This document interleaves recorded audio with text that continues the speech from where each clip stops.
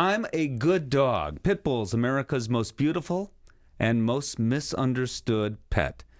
That's a great subtitle because that's actually true. Ken Foster, the author of that book.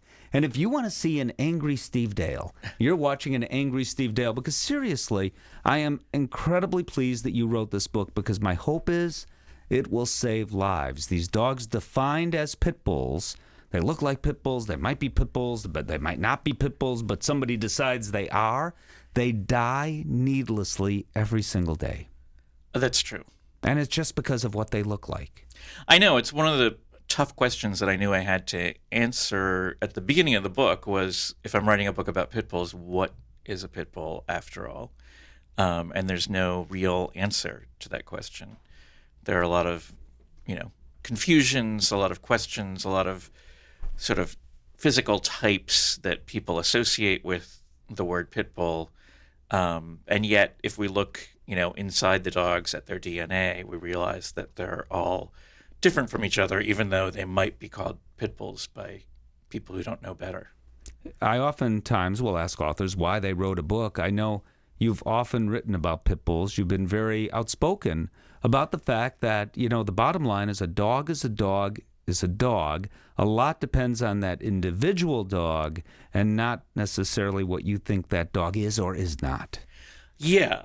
I mean, I've been a big pit bull person for a long time, partially because of my dog Sula, who I think a lot of pit bull advocates have, the pit bull who showed up at their front door, who moved in and never left, and then it introduces you to the world of how wonderful the dogs are, as well as the world of how other people sometimes treat them or ignore them or refuse to help them.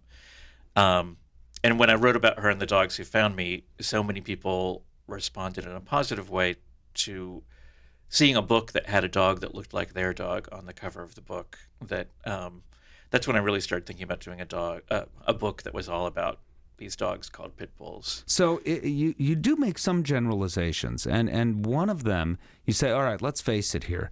These dogs are terriers, and terriers were oftentimes bred to hunt little furry things, and may have an attitude, if you will, or worse, about other dogs. That's just the reality.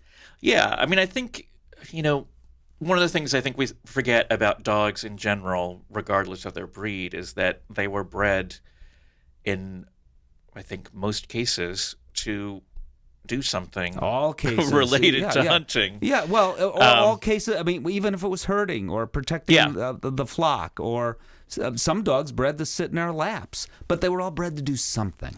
Yeah, and a lot of them come from earlier breeds that were meant for hunting or for chasing or for ratting or whatever. And so, there's a certain amount of animal behavior that we need to expect from an animal. But for the most part, obviously, dogs, regardless of breed, are companions to us. They're members of our family.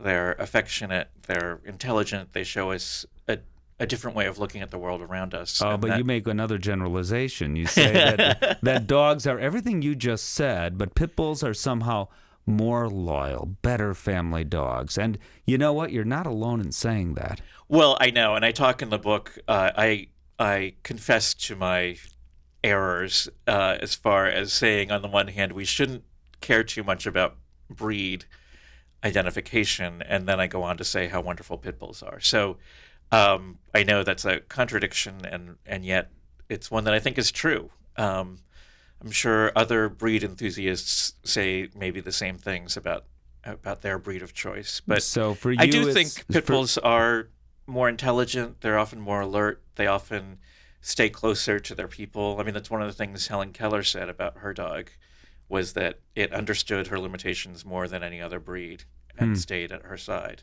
Well, they are a good dog.